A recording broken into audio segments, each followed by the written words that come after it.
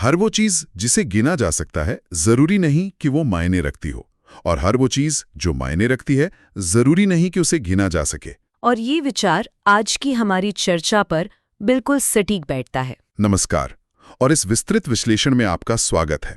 आज हम एक ऐसी कहानी की तह तक जाएंगे जहां आंकड़े और राजनीति कुछ इस तरह आपस में उलझे हुए हैं कि उन्हें अलग करना लगभग नामुमकिन है। बिल्कुल। अक्सर हम बड़े बड़े आंकड़ों को देखकर एक राय बना लेते हैं, लेकिन असली कहानी तो उन आंकड़ों के पीछे के संदर्भ में, उनकी पीछे की नीयत में छिपी होती है। और आज की कहानी तमिलनाडु की आर्थिक सेहत के इर्द गिर्द घूमती है, खासकर उसके कर्ज को लेकर जो हाल ही में एक विवाद छिड़ा है। हाँ, और ये सारा बवंडर शुरू हुआ कांग्रेस के डेटा एनालिटिक्स विंग के प्रमुख प्रवीण चक्रवर्ती के एक सोशल मीडिया पोस्ट से। अच्छा, उन्होंने कुछ पोस्ट किया था? जी, और उसमें उन्होंने तमिलनाडु की कर्ज की हालत को चिंताजनक बता दिया।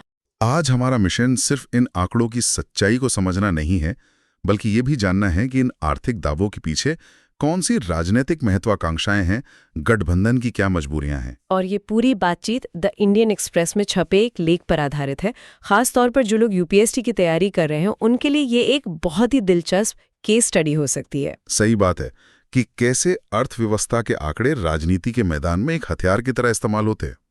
तो चलिए शुरू करते हैं। सबसे पहले उस चिंगारी की बात करते हैं जिसने इस बहस को हवा दी। 28 दिसंबर को प्रवीण चक्रवर्ती ने आखिर कहा क्या था? उन्होंने एक के बाद एक, मतलब 4 बड़े दावे किए।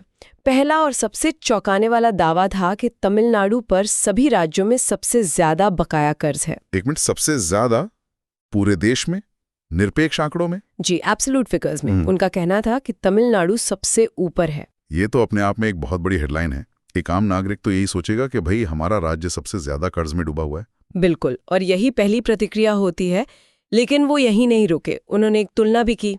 कैसी तुलना? उनका दूसरा दावा था कि 2010 में उत्तर प्रदेश का कर्ज तमिलनाडु से दुगना था, लेकिन आज तमिलनाडु का कर्ज यूपी से भी ज्यादा हो गया है। अरे वाह, ये तो बहुत ही असरदार तुलना है। जब आप उत्तर प्रदेश जैसे बड़े राज्य से तुलना करते हैं तो बात का वजन और बढ़ जाता है। सुनने में तो ये वाकई बहुत गंभीर लगता है। और भी था। तीसरा दावा ब्याज के बोझ को लेकर था। ब्याज का बोझ मतलब राज्य की कमाई का कितना बड़ा हिस्सा सिर्फ कर्ज का ब्याज चुकाने में जा रहा है। उनके मुताबिक इस मामले में तमिलनाडु, पंजाब और हरियाणा के बाद देश में तीसरे नंबर पर है। अच्छा, और चौथा दावा? चौथा दावा थोड़ा तकनीकी है। वो था डेट टू जीएसडीपी अनुपात को लेकर। डेट टू जीएसडीपी यानी राज्य के कुल कर्ज और उसकी कुल सालाना कमाई यानी ग्रॉस स्टेट डोमेस्टिक प्रोडक्ट का अनुपात। बिल्कुल, और उनका कहना था कि ये अनुपात कोरोना महामारी से पहले के स्तर से कहीं ज्यादा हो गया है। तो कुल मिला के उन्होंने एक ऐसी तस्वीर पेश की जिससे लगे कि तमिलनाडु की आर्थिक गाड़ी पटरी से उतर चुकी है। तो सतह पर देखें तो ये आंकड़े एक वित्तीय आपातकाल की तरफ इशारा करते हैं, लेकिन मुझे यकीन है कि कहानी इतनी सीधी नहीं है। विशेषज्ञों का इस पर क्या कहना है? यहीं से ये मामला दिलचस्प होना शुरू होता है। कई नामी आर्थिक विशेषज्ञ इन दावों से सहमत नहीं हैं। उनका मानना है कि इस तरह सिर्फ निरपेक्ष आंकड़ों को पेश करना मतलब ये गुमराह करने जैसा है। तो फिर पूरी कहानी क्या है? वो कौन सा संदर्भ है जो इन आंकड़ों को एक अलग नजरिए से देखने पर मजबूर करता है? Madras institute of development studies के निदेशक हैं एम सुरेश बाबू। उनका तर्क है कि आप किसी राज्य के कर्ज को उसकी विकास करने की क्षमता से अलग करके नहीं देख सकते। मतलब? अर्थशास्त्र में एक सिद्धांत है डिनोमिनेटर इफेक्ट। डिनोमिनेटर इफेक्ट, ये सुनने में थोड़ा भारी शब्द है। मतलब ये कि कर्ज को अकेले नहीं बल्कि उसे चुकाने की क्षमता के साथ देखना चाहिए, जैसे किसी की कमाई कितनी है। आपने बिल्कुल सही पकड़ा, यही इसका सार है। अगर किसी की कमाई 1 लाख महीना है तो 50,000 का कर्ज शायद बड़ी बात ना हो, लेकिन जिसकी कमाई ही 10,000 है उसके लिए 10,000 का कर्ज भी पहाड़ जैसा है। तो तमिलनाडु की आर्थिक क्षमता यानी उसका डिनोमिनेटर काफी मजबूत है। बहुत मजबूत। यह देश की सबसे तेजी से बढ़ने वाली अर्थव्यवस्थाओं में से एक है।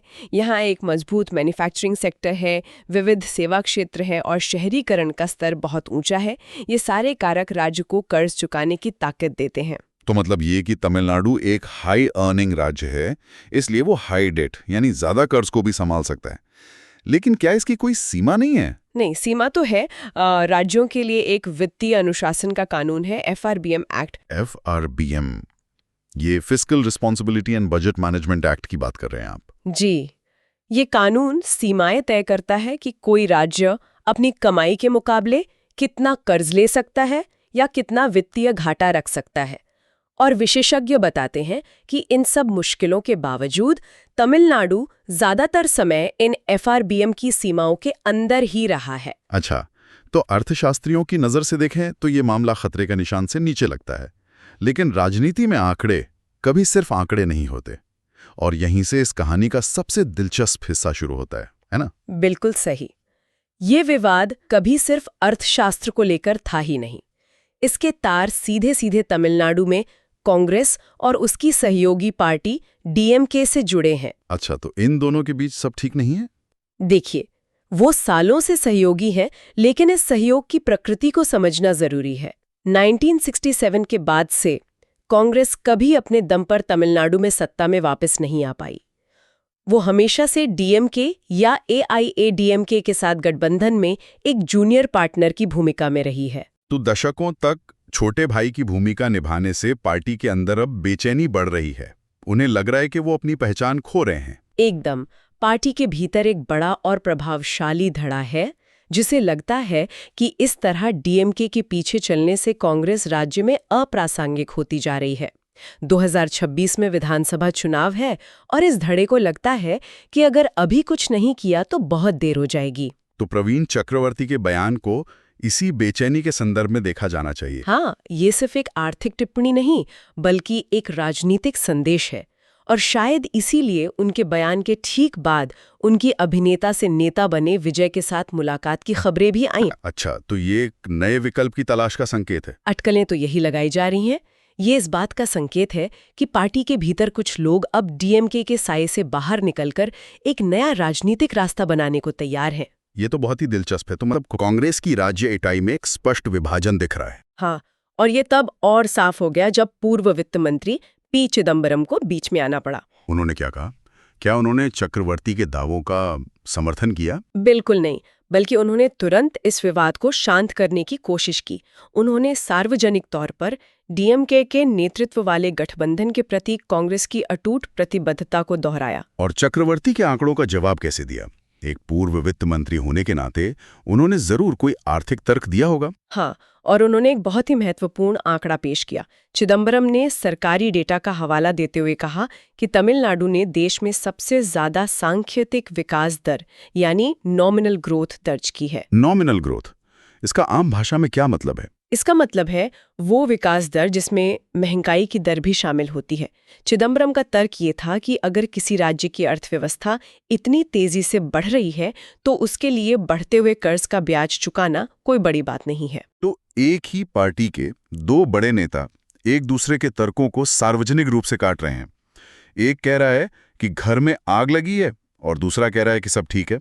और सूत्रों के मुताबिक ये लड़ाई अब खुलकर सामने आ रही है। जो गुट बदलाव चाहता है उसमें प्रवीण चक्रवर्ती, सांसद मणिकम टैगोर और एस राजेश कुमार जैसे नेताओं के नाम लिए जा रहे हैं। और ये गुट चाहता क्या है? कहा जा रहा है कि ये गुट राहुल गांधी पर दबाव बना रहा है कि वो डीएमके का साथ छोड़कर अभिनेता विजय के साथ एक नए गठबंधन की संभावनाएं तलाशें। ठीक है, लेकिन फिर मैंने आपके स्रोत में एक केरल कनेक्शन के बारे में पढ़ा। तमिलनाडु की राजनीति में केरल का एंगल कहां से आ गया? यहीं पर यह कहानी एक राजनीतिक थ्रिलर की तरह हो जाती है। आरोप है कि तमिलनाडु कांग्रेस के इस बागी गुट को पार्टी के एक बहुत वरिष्ठ राष्ट्रीय नेता केसी वेणुगोपाल का आशीर्वाद प्राप्त है, जो खुद केरल से आते हैं। जी, और वेणुगोपाल को केरल में मुख्यमंत्री पद का एक मजबूत दावेदार माना जाता है। तो इसका तमिलनाडु की राजनीति से क्या लेना देना? लेना देना यह है कि अभिनेता विजय की सिर्फ तमिलनाडु में ही नहीं बल्कि केरल में भी जबरदस्त फैन फॉलोइंग है। अच्छा, तो गणित ये लगाया जा रहा है कि अगर कांग्रेस तमिलनाडु में विजय के साथ गठबंधन करती है तो केरल में विजय के प्रशंसक कांग्रेस का समर्थन कर सकते हैं, जिससे वेणुगोपाल को सीधा फायदा पहुंचेगा। अरे वाह, ये तो शतरंज की बिसात लग रही है। मतलब एक राज्य के गठबंधन का असर दूसरे राज्य के मुख्यमंत्री पद पर पड़ सकता है। ये दिखाता है कि राजनीति कितनी परतदार होती है। आपने बिल्कुल सही समझा। ये गुट तर्क दे रहा है कि विजय के नेतृत्व वाले गठबंधन में कांग्रेस को तमिलनाडु में लड़ने के लिए 50 सीटें मिल सकती हैं। भले ही जीतने की गारंटी ना हो, लेकिन इससे पार्टी की सौदेबाजी करने की ताकत बढ़ेगी। और जाहिर है इन सब गतिविधियों ने डीएमके को भी बहुत असहज कर दिया होगा। बिल्कुल। तो जब हम इन सारी परतों को एक साथ रखकर देखते हैं, तो जो मामला एक आर्थिक चेतावनी वाले ट्वीट से शुरू हुआ था, वो असल में कर्ज के बारे में था ही नहीं। सही बात है।